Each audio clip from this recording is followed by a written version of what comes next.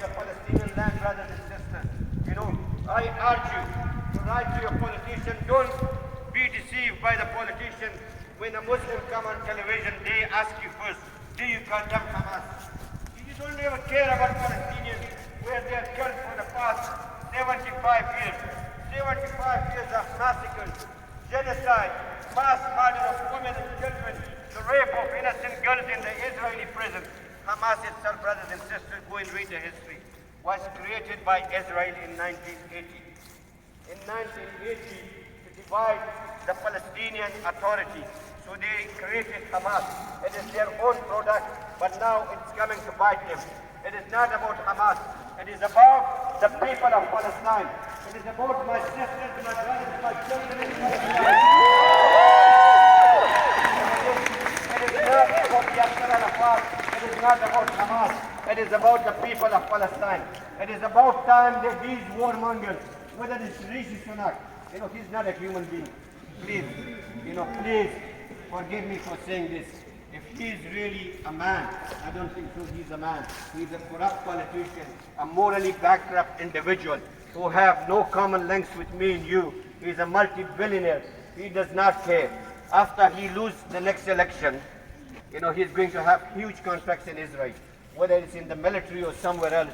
So is his wife, a corrupt lady who stole 260 million in taxpayers' money, avoided to pay a penny in taxes in this country. So these are the politicians. When the Labour come and tells you, remember Keir Starmer, don't forget about him. He came on television the other day when he was asked that do you condemn, do you think that the cutting of water, energy, food, medicine to Palestinians is a war crime? And he said no. Remember the European chief last year when the war in Ukraine started, brothers and sisters. She was asked, what do you think that Russia is cutting water, food, energy, medicine to Ukrainians? She said on TV, it is a war crime. So these people are filthy, they are corrupt, they are morally bankrupt. They have no rights. They have no rights to represent me, represent you yourself. Please stand on your feet. Write to your politician. It is not in our name. What is happening in Palestine, it should stop right now, and we should be asking for a ceasefire right now, because that piece of land belongs to Palestinians. It does not belong to the Zionist state of Israel. Israel is built on a stolen Palestinian land. Yeah! It is built on stolen Palestinian land.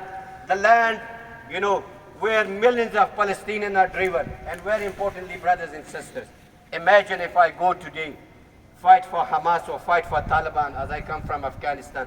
I will be sent to Guantanamo Bay immediately, and I will be a terrorist in the front pages of newspaper, in the right-wing and racist media in this country. But a Jewish citizen in this country who have links to Israel, they are in the reserve army. They can fight in Israel for Israel, killing innocent Palestinians. So write to your MPs why the British citizens linked to Israel are fighting for the Zionist and apartheid regime of Israel, killing innocent Palestinians. Just 2 days ago, sadly, a young man from Britain was killed while fighting for the state of Israel against innocent Palestinians in that area. So we should be asking our politicians that why British citizens have to go and fight in the Zionist regime or the apartheid regime of Israel, killing innocent Palestinian brothers and sisters. So I leave it just now, because maybe there are other people who want to speak. But my appeal to you is don't give up. On Saturday we have another demonstrations.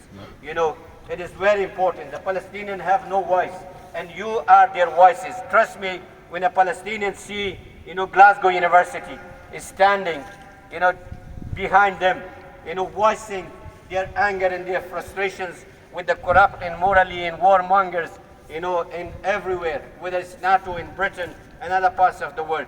And my cry and my anger is, I want to use really filthy language, but I'm not going to use it because most of you students here, the Arabs, the leaders of Middle East, who are just serving puppets for the West, whether it's for America or Britain.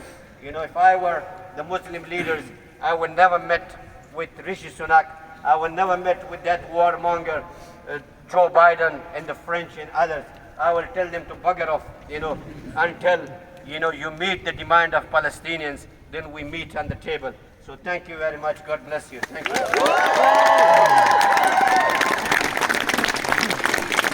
From the river to the sea, Palestine will be free. from the river to the sea, Palestine will be free. from the river to the sea, Palestine will be free. from the river to the sea. Palestine will be free.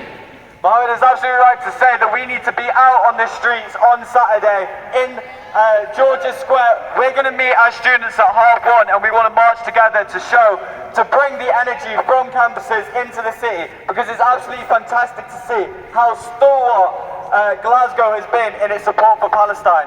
Last Saturday we had 20,000 people on the streets.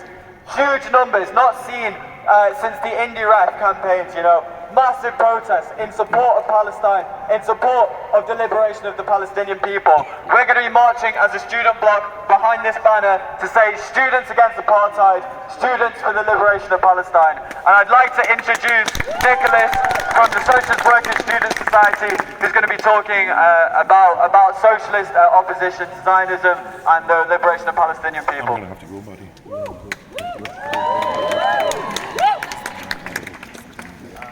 I'm just going to start by saying something which I don't think is said enough, and that's that people living under the boot of occupation have the right to stick a knife in that boot. Palestinians have been subject to state terrorism for 70 plus years. Their homes have been demolished, they've been spied on by the Israeli army, they've been murdered without regard, they've been bombed mercilessly. In 2018, when they tried to march peacefully, the IDF deliberately shot them, shooting out their kneecaps, deliberately targeting journalists, medical staff, innocent people, people in wheelchairs. It appears now that the Palestinians have no other option. It appears now that the Palestinians have the right to take up the right which is guaranteed to them in the Geneva Convention and UN Resolution 4030, which is the right to resist occupation by all means, including armed struggle.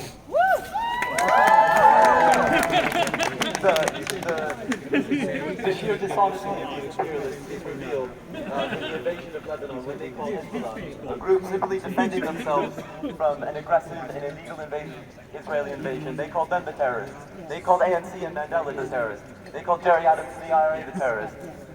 They called the Viet Cong the terrorists. They call anyone terrorist who oppose their brutal and warmongering desire to access all resources on the planet, and they'll kill anyone who opposes that.